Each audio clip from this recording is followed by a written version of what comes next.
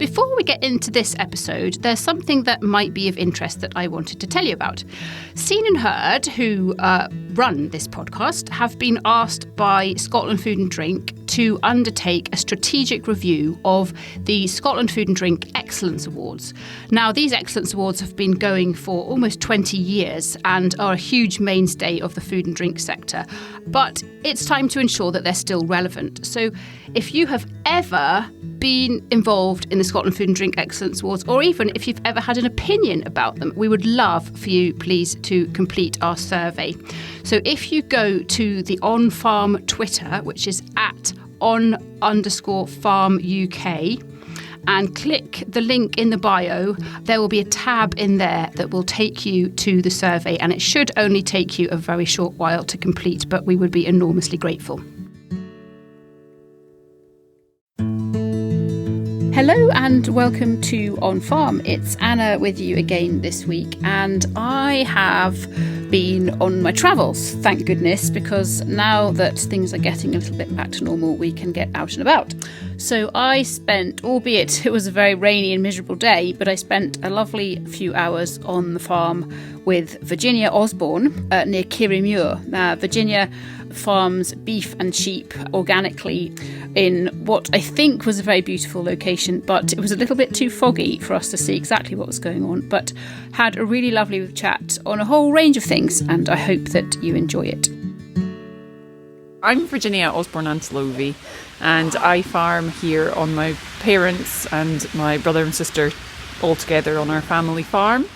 We've got 105 suckler cows, we've got a small flock of pedigree cleansed sheep as well as some commercial sheep, and we are very much wanting to do nature-friendly farming. We're 1,100 acres and we are on the edge of the Kirriemuir National Park, one side going over to the Vale of Strathmore on the other, and the Angus Glens. By pure unlucky accident, I have chosen to come here on a really miserable day. We're in a cowshed because otherwise we'd be absolutely soaking wet. It's foggy, it's raining, it's quite cold. So I can't see the lovely views, but you were telling me about them when I arrived. So can you just tell me a little bit more about physically, if people were standing here on a sunny day, what would they see? Yeah, I mean, we're really fortunate because it is extremely beautiful here. I think Angus as a county is very underappreciated for what a beautiful part of the world it is and how much it has got to offer. So, I mean, the view over that highest point of the farm is 1,100 acres at Mile Hill, and from there you're looking over to Catlaw, which is lovely, and has sea eagles flying over it. And then we've got a view to Schiehallion. Then you look down the Vale of Strathmore, you can see across to Dundee and further afield. Then we've also got the Angus Glens just on the other side of us as well. So, I mean, it's a uniquely beautiful part of the world, I feel. And as well, where we are in the world and topography of the farm, we have got a tremendous variety of habitat on the farm, which is really nice. We've got very high up organic arable fields. We've had organic potatoes here before, but I think we're at the very top. Yes. We're 700 feet at the farm gate, and where we are standing now would be about 900. Mm-hmm. But then, you know, we're right up onto the hill as well. So we've got a tremendous variety of habitat, and it's really beautiful. But funnily enough, we've been here for 20 years now, and when my parents bought it, we came on a day like this. Oh, did you? We did. So I was like, oh, it must have been the view that sold it. But actually, no. It can't have been, because I don't see a view at the moment, but I do. No. It's weird, like you can kind of sense a view, even though you can't see it. You know, you can feel the elevation, and when I was lower down, I could see the very wet, currently very wet beauty of the area. But it is lovely, and the farmhouse is set up quite high, so it must just have wonderful views on a good day. That's it. And I still remember I came with Mum first time, and we drove through it, and you could just see that it was a really good livestock unit, and that, you know, this was a place that cows could coexist very happily alongside the habitat here. So, and we probably we'll talk about the cows in terms of livestock first, because we're standing right next to them. But just before we do that, you know, you said 20 years ago you came on a really wet day, but what brought you all here in the first place on that really wet day? Well, my parents started off, my mum historically was a came from a tenant farm near Kirriemuir in the north of Scotland. yes. So that's where Mum started out, and then Mum and Dad farmed together, and all of my life they've farmed. And my brother, sister and I all went to university and studied law and have gone into different areas within that. But ultimately, we all take a very active interest in the farm and have come back to the farm in some way, shape or form. While we were at school, my parents bought a farm that was a very intensive unit near Edinburgh. So we had suckler cows there as well, but we had very good infrastructure in terms of sheds. The cattle were inside. We were using a lot of fertilisers. We were probably using a fair bit of pesticides.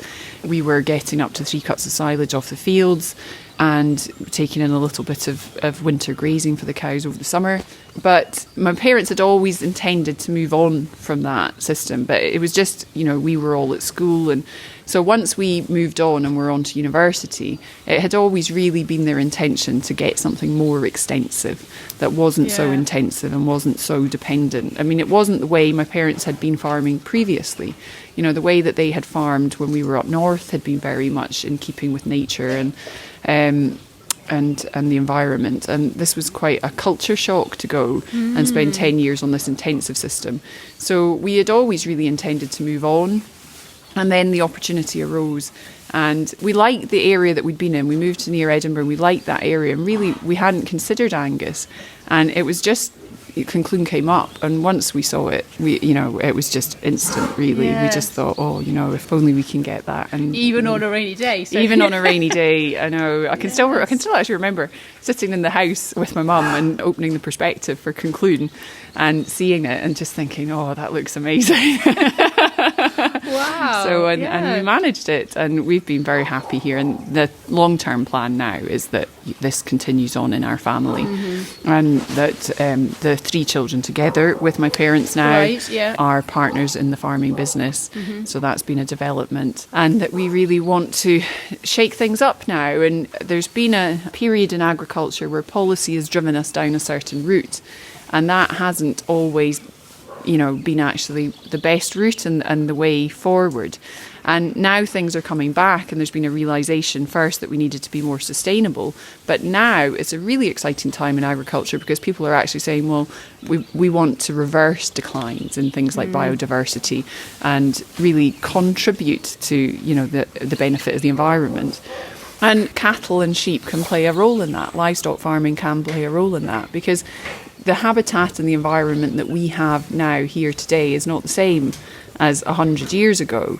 And we have some wonderful biodiversity, and a lot of it is coexisting with the livestock that we have on the hill. But I say, 100 years ago, the way that we were farming, in some ways we're going back towards that now in a positive way. Yes, and that's come up a lot actually in recent podcasts, which is interesting. It's kind of back to grandparents' generation, or for some people a generation before that. Yeah. And that's where farms like ours really fits into the picture, I feel, because we have an emphasis at the moment, which I find slightly worrying, which is to move land away from agricultural production and into other land use change. Now, that is sometimes appropriate, but it's not always appropriate.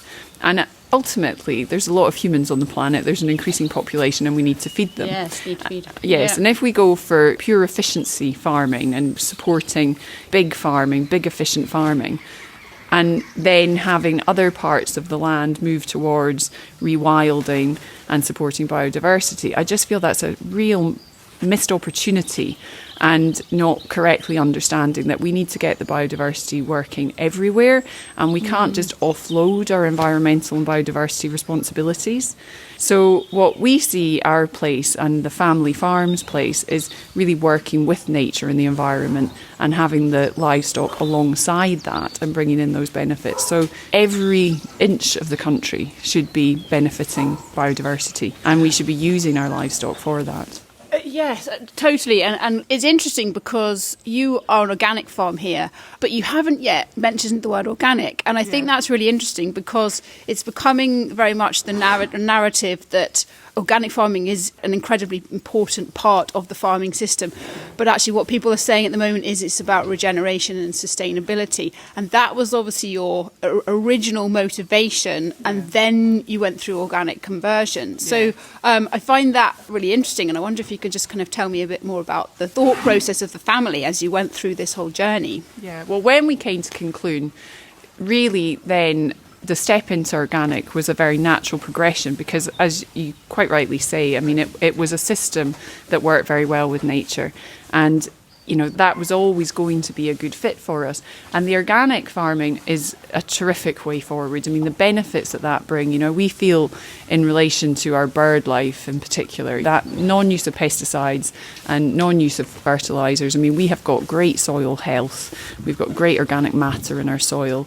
And then we're supporting wonderful invertebrate life, and that in turn is helping all these birds. You know, it's teeming with waders over the back.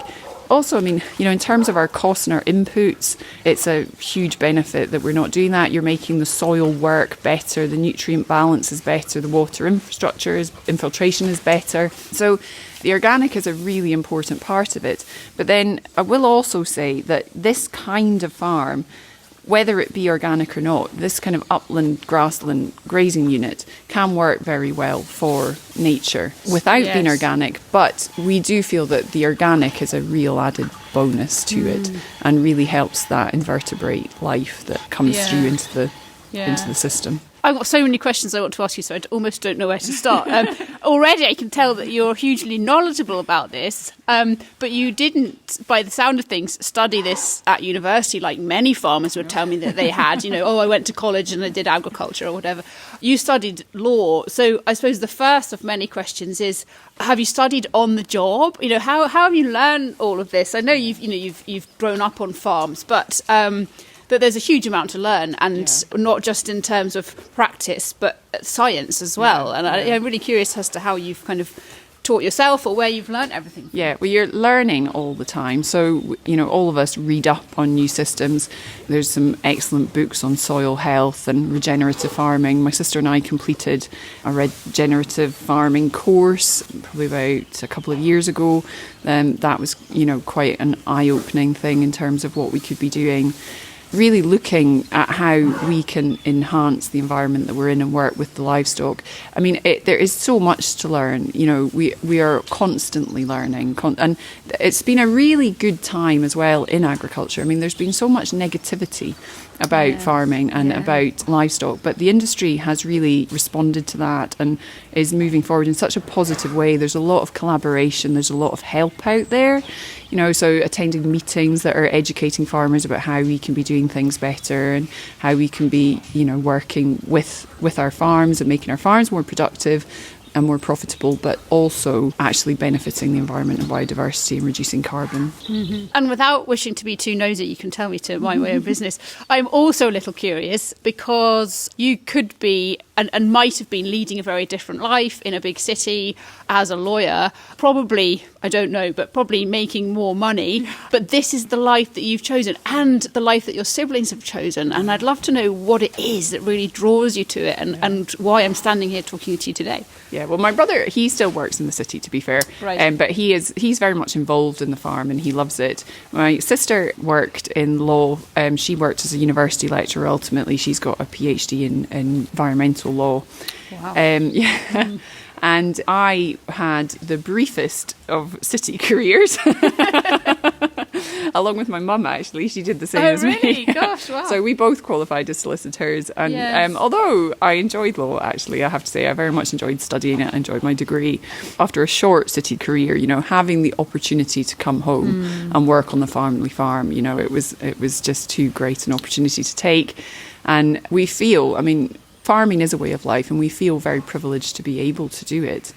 You know, it has so many benefits for the community, for refeeding, you know, the support money that comes into a farm feeds back into the rural community. I mean, if you look at a local rural community, I mean, it is completely dependent on agriculture. You know, everybody who lives in a rural town is in some way, you know, supported really by population from agriculture. Not just in terms of what we eat, which is the obvious one, but in terms of everything, the environment that people, countryside environment that people enjoy when they go out for a walk at the weekend, everything. Yeah. So much, yes. I know. I mean, just the schools and the people who work in the towns in a rural community, I mean, it nearly all comes back to agriculture.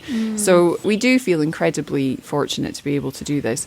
You are a land manager, you know, you are managing this piece of land and this habitat, and it's really important that we have the knowledge and the expertise to do that well, and the support to do that well.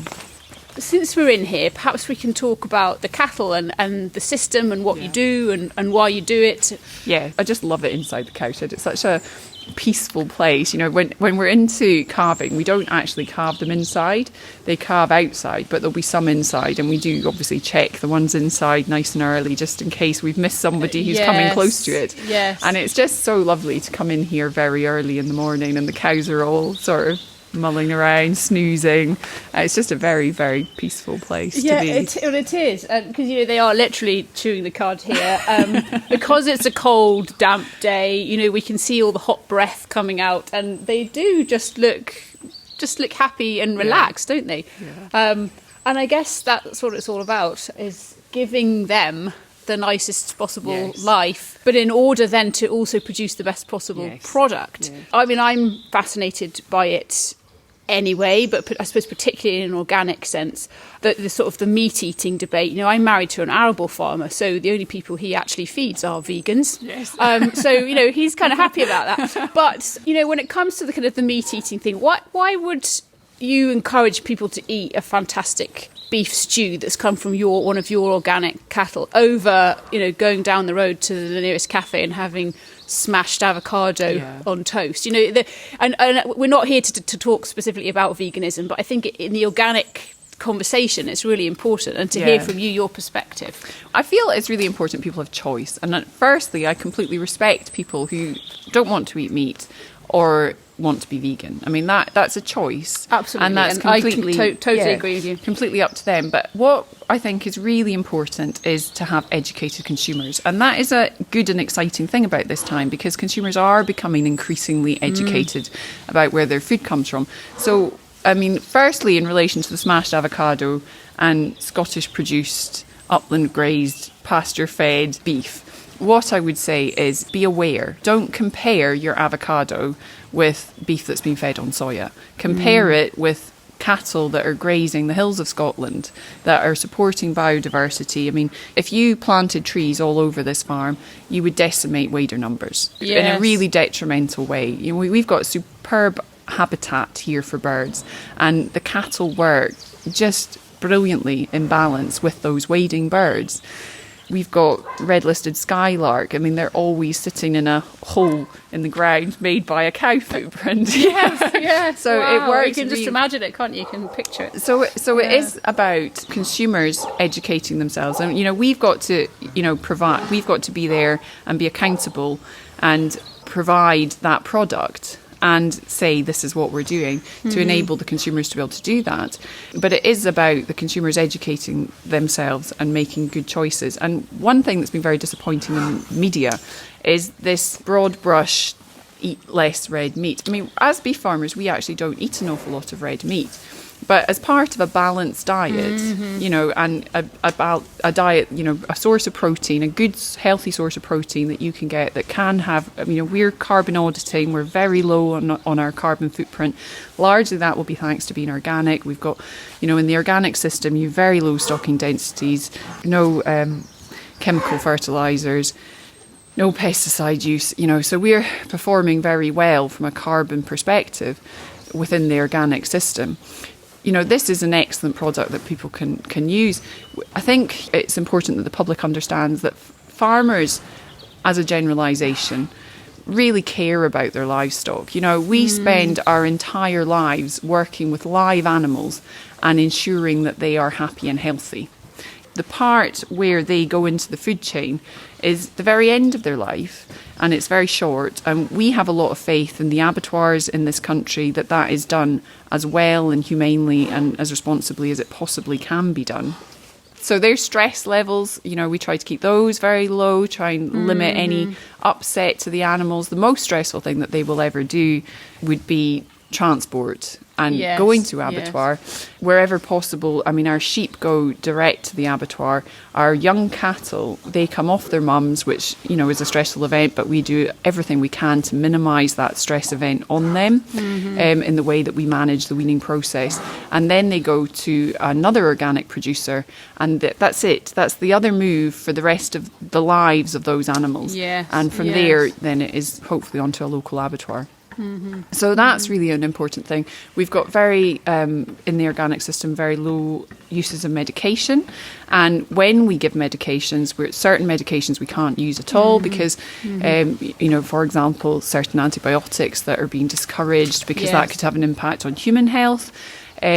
Also, anything that might damage the environment around us in the ecosystem. So certain drugs that might be detrimental to dung beetles, we can't use. And any medications we give our cattle or sheep have a double withdrawal period. So, you can feel very confident when you buy an organic product that is very clear from the inputs that have gone into that. Yeah, human safety and health is utmost. Yes, and also they sometimes say that the worst thing that ever happened to sheep was humans because we've bred traits into sheep that are perhaps undesirable, and that's the way agricultural policy has gone in the past. It's pushed us down a road, and that's coming back now. So now farmers are we're working very hard to reduce our inputs to be more profitable and more efficient, but we're also breeding traits into our livestock that are better. One of the breeding traits that I'm very interested in going forward is the lower methane production. Oh, yes. Yeah. So, I mean, if we can in Britain be producing a national herd with a lower methane output, what an achievement that would be for us nationally. So that's where, we really need research and development to back up the industry. Individual farmers can do a lot of good, but really we do need the investment in the research and development where the whole industry is brought up in level. Yeah, and that's just one example, isn't it, of the way in which, despite what the media would have you believe, the farming industry is doing everything it can to reduce its impact. Yes. Ultimately, we still have to produce food, but projects like that and initiatives like that are enabling us to have a good story and a positive story to tell, and I think that's really important. Yeah, and then as personally, in our herd, what we are doing, which I mean a lot of people are doing, is changing their cattle. So they're going for smaller cattle. We've got some young stabiliser cows, which is an excellent, efficient maternal breed. And also we're going much more down the Aberdeen Angus route as well, both which work very well for us. In the past, we've had Solars, which are lovely maternal cows, but they're big. So we've mixed up the genetics of our Solar herd. So, we're crossing our bigger Solar cows to the AA bull, and we're getting very nice crosses out of that. And so we're really working on bringing the size of the suckler herd of the individual animals down, and hopefully bringing the outputs down. I thought that was breakfast arriving for the cows, but it's not. Wood for the fire instead, is it? Yeah. I suppose I'm curious, even despite the weather, it just seems idyllic up here to me. And again, I suppose despite the storms also. So some farmers listening might think, right, well, Virginia's running a great enterprise, it's sustainable, regenerative, but why did she specifically choose to go down the official certified organic route? And I suppose I'd love to hear more about that in terms of your family's decision making and why you did it and how you did it, and was it painful, was it joyful, kind of a bit more about the process. It certainly wasn't painful. I do feel it was a terrific fit for this type of farm, this upland produced beef cattle and sheep. It just works very, very well. So it's a very positive step that we've taken, and we really enjoy being able to say that we're farming organically. We feel proud to say that we're farming organically. We want to be regenerative. We want to be beneficial. We don't feel that we should be farming and doing a little bit of mitigation on the side. Yes, we really want to turn it on its ethos. head. Yes. It is. I mean, everything that we do on the farm, we're thinking, how does this impact the environment around us? And is there a positive or a neutral or a negative impact? And we really want to get rid of the negative impacts altogether, and use the cattle as a tool to enhance the habitats for things like the birds, but at the same time produce a wonderful product of organic red meat in this country that has low carbon and great credentials for the environment and biodiversity. It is ultimately that you are actually running a better business. You are putting less in and hopefully getting just as much or better out. I suppose, put simply, it sounds to me as though you feel as though you sleep better at night knowing that this is the way that you farm, because it's the way that you truly believe in farming. Yes. And that's whether you're a lawyer or an accountant or something very different, you kind of want a job where you can sleep at night knowing that you're doing the right thing. Yeah, and it's a nice thing now, because, this is something we've been doing for 20 years. And sometimes, you were on the outside, being the organic farmer, there was all the conventional farmers, and you were very much, things didn't often apply to you because you were organic. Whereas things are changing now. Being an organic farmer is becoming quite fashionable. Like, I can't believe it. You're ahead of the curve. We are, for once. So that's a really nice thing, actually. Yes, So, places that have been so driven by productivity are actually now having to look at farms like us and say, what can we learn from these farms that are not putting necessarily super high productivity at the top, but saying, let's look at biodiversity, let's look at the environment, let's look at the soil health, let's look at not using these detrimental inputs, and see what we can get, what benefit we can derive out of that. You've inspired another question in me there, actually, and I suppose since COVID, communities have become much more online. Before that, they were perhaps more in person. But have you found that there is a strong community in Scotland, and maybe even beyond, of organic farmers that you can just have a nosy at or learn from or teach in some way? Is that kind of relevant to your business? Yeah, so SOPA has been very supportive over the years, and they try to run events where we can go along and we can learn from our counterparts on other farms. So definitely, you've got to look over the fence and learn from your neighbour. And that's, in changing times that we have, collaboration with farms is so important, to see what other people are doing and to learn. You mustn't be doing these things in isolation, because we ultimately won't do it as well as we could. We've got to learn from each other. And SOPA's been a very useful tool. We can always phone up the office and, ask their advice on things, and they'll give us terrific guidance on what we could be doing.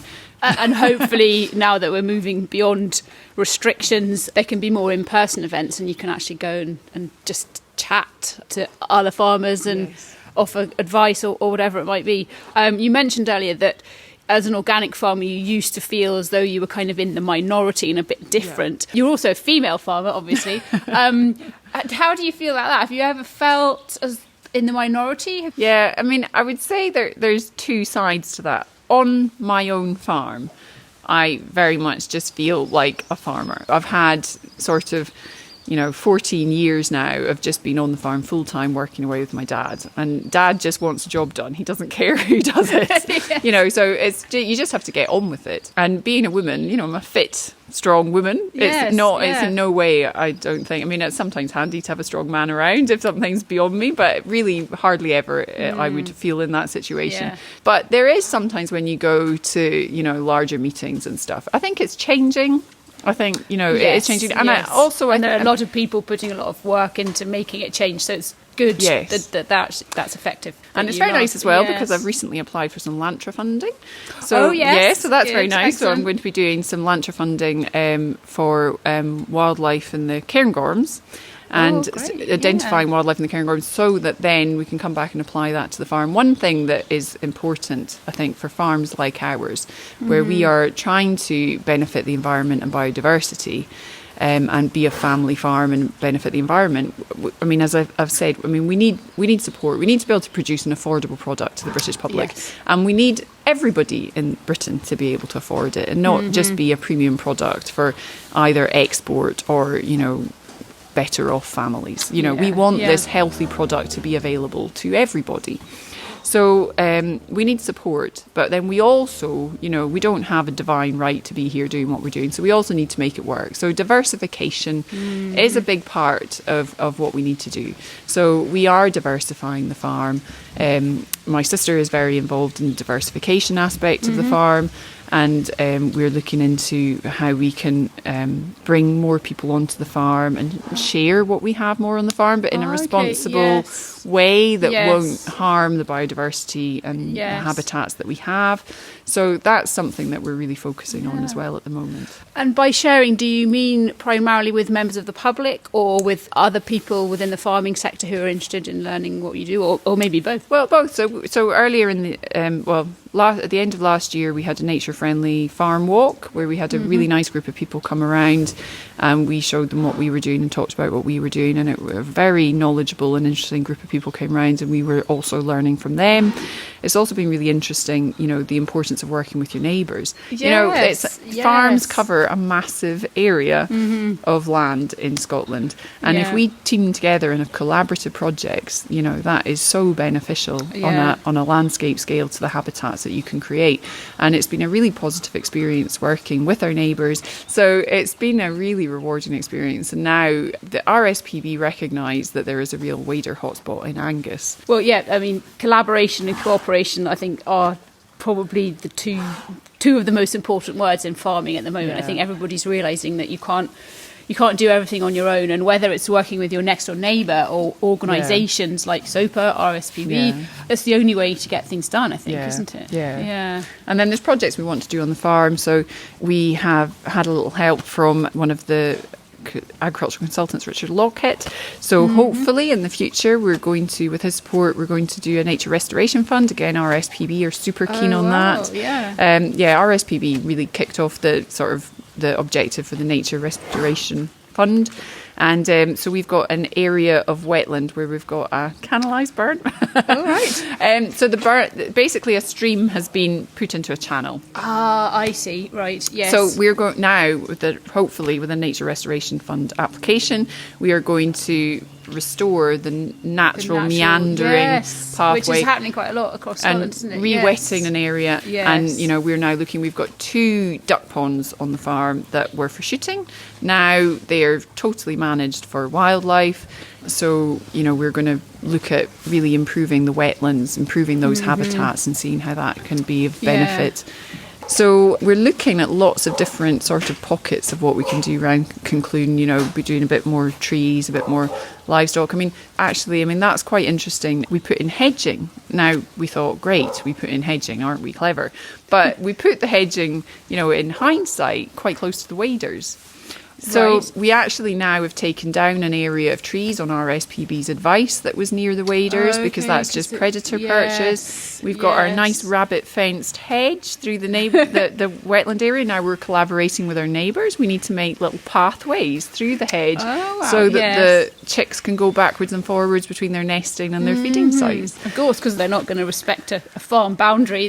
Exactly. It's interesting, by putting in that barrier with our neighbour, now that we're working collaboratively with them, we understand that we've got to open up the pathway from our farm to their farm for the birds. So it's really fascinating. Really fascinating. And I love how you mentioned diversification, and I thought, probably it'll be self-catering accommodation or whatever, which it may well be. But actually what it is about is kind of different to a lot of people. It's about finding different ways to tell the story of what you're doing, not in a oh, look how great we are kind of way, but just in a, this is what can be done. And these are some examples of what we are doing. And by working with the RSPB, you can actually demonstrate the positive impact that you're making. And people really want to hear about that. Agritourism is increasingly popular, but it doesn't have to be about, riding a quad bike or doing something particularly high adrenaline. It could be just learning about what's happening with bird species and nature. I mean, a lot of it is reactive to all the negative press that there has been. This sort of brandishing beef as, if you just reduce your beef consumption, just reduce your red meat consumption, that is the golden bullet to fixing the climate and biodiversity. When, it just couldn't be, from our experience in an organic system and Scottish produced livestock on grass fields. We didn't relate to that impression that was being sold in the media. And it's been reactive to that. We've said, well, yes, we can do self-catering accommodation, and we're diversifying. We're going to do an events venue on the farm together with So we've got a Victorian steading. We've a listed house that has tremendous views across, and next to that we've got the Victorian steading. And the Victorian steading, from a cattle housing point of view, really not is very practical. Its days are really gone. So we're making that into an events venue with accommodation. But we also have, with working with RSPB and more organisations and more collaboration, and realising, one, that we have this wonderful wildlife, and two, how much other people appreciate it. Yes, that'll be breakfast arriving now. That is breakfast. Yes, cows will be pleased. You can see they're all making a move. That's it here. Yeah, bacon and eggs. They love a fresh bale.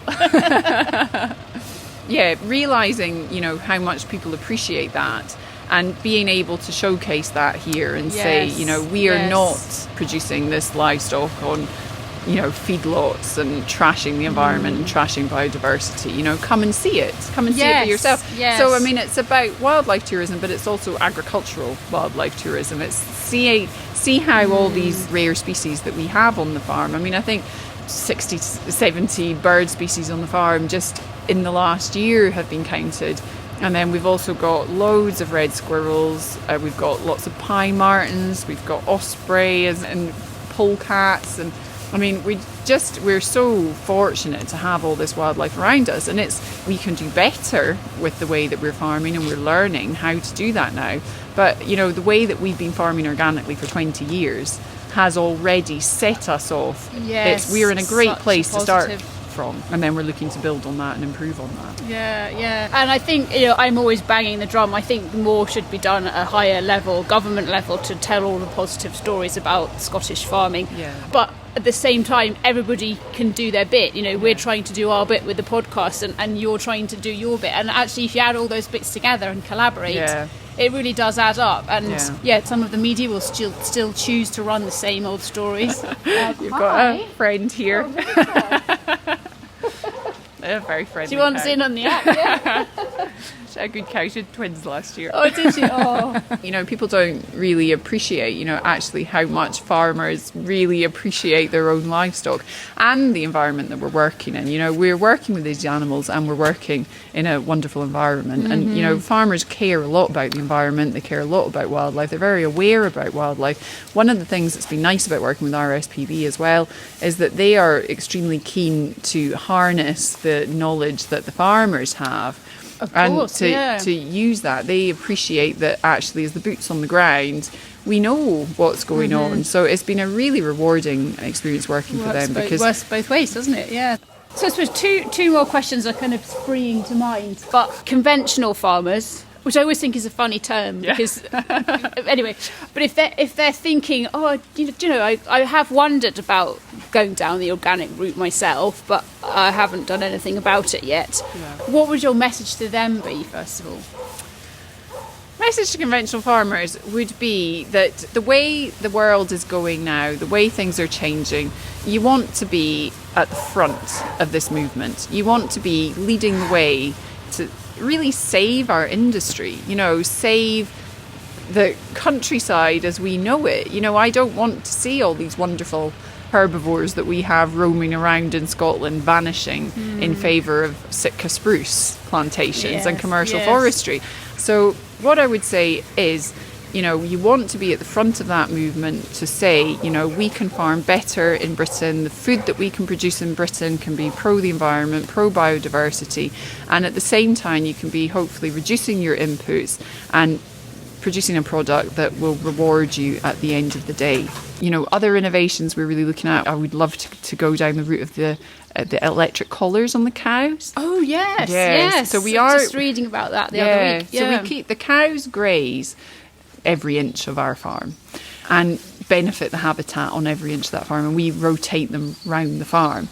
But I mean, the collars, from a conservation grazing perspective, which we are really interested in conservation grazing, then that could be so beneficial. That's interesting. So just being able to give you full control over where they can graze and when, and based on that system, just makes life easier and helps to achieve your habitat goals too. Well, the organic farming and the low stocking density, the non-use of pesticides, the non-use of fertilisers has enabled us to have great soil health and sward heights, and that's been really key for us supporting the wading birds to this point, and I mean a lot more bird life beyond that. I mean, then you're really using your livestock as a tool, as a conservation grazing tool. And then the carbon sequestering abilities of non-overgrazed grass, you know, compared to, you know, we're not the tropics. Our trees don't shoot up in no time. We don't have rainforests, and we're never going to have them. You know, there's parts of the world where trees would be much, much more useful as a tool in capturing carbon than here. In this country, grass can exactly do a great job. I know that's the thing, that is that all of the media coverage is just so general with no true understanding of what life is like in Scotland, and that, I think, that's the most infuriating thing. But you know, many people are doing what they can to try and tell that story and reshape the narrative that's going on. I still have the bee in my bonnet that more needs to be done, but you've got such a great story here, and I've learned so much actually just speaking to you. It's becoming a question that I ask most people who I speak to for a podcast, because every time I'm really fascinated by the answer. If I come back, which hopefully I can, in 5 years' time, say, what do you hope you will have achieved, and what will be different to the conversation that we're having now? In terms of what we think Conclusion will look like, I think we really want to do more to improve and restore certain habitats that we have, and we can definitely do that with this nature restoration fund and improving the wetlands. I want to see more wading birds, more successful chicks of curlews and lapwings and oyster catchers and redshank. We need to do predator control because, you know, we have changed the ecosystem. We are trying to manage the ecosystem on Conclusion, that we've got the cattle and we're balancing the habitats. All farmers probably want to achieve something that the consumer wants and that gives them joy to produce at the same time. And we want government to take the whole industry up a level and not just have certain people doing it with premium products. I mean, I want our good quality product to be available to all families. So I want the whole industry to come up and us to do better as a whole industry. So if anybody in the Scottish Government's listening, what do you want to say to them? I want to say that, you know, do not focus on land use change to such an extent. There is an amazing amount that we can do alongside agriculture. We have to produce the food somehow. So why don't we produce the food better and work with the environment? Why not support farms like ours, family farms, who are feeding the supports that we get back into the communities and that are putting in habitat restoration and benefiting endangered species and supporting biodiversity. You know, help us to farm well and to produce a fantastic healthy product and to make that affordable to all of the citizens that we have in the country. This has been brilliant. Thank you so much. It's been lovely to have you here, Anna, and thank you very much for coming and meeting me and speaking to me. It's been fabulous. It's nice. And thank you very much to the people of SOPA who do a lot of work to support us as well. Thank you. Virginia is a very busy lady, so thank you to her for giving up a few hours of her time to speak to me, and it was really, really interesting and great to meet another female farmer. Speaking of women in agriculture, I just wanted to tell you a little bit about the Be Your Best Self programme. It is a Scottish Government-funded programme supporting women living or working in agriculture to help them build confidence, enhance their skills, develop leadership abilities, and they are running cohorts in April, May and September. It's not a huge time commitment. It's a few sessions across the course of a couple of weeks, but I have been lucky enough to be involved in this as one of the facilitators and have really seen the value that it delivers. So if you are a woman who works in any field connected to agriculture, or if you know somebody and you know a female who works connected to agriculture, please do think about applying. It's totally worthwhile, and as I say, delivering real value. The link is incredibly long, so I'm not going to read it out here now, but I have checked, and if you type into Google Scottish Government Be Your Best Self programme, then you will be able to find a link to be able to find out more information and to apply if you're interested in attending. It's totally free, so if you're accepted onto the programme, it doesn't cost you a penny, and we've had some really good feedback, so well worth looking into. That is it for us this week. Thank you again for listening to On Farm. Please do spread the word amongst friends and family, and we'll be back with you next week.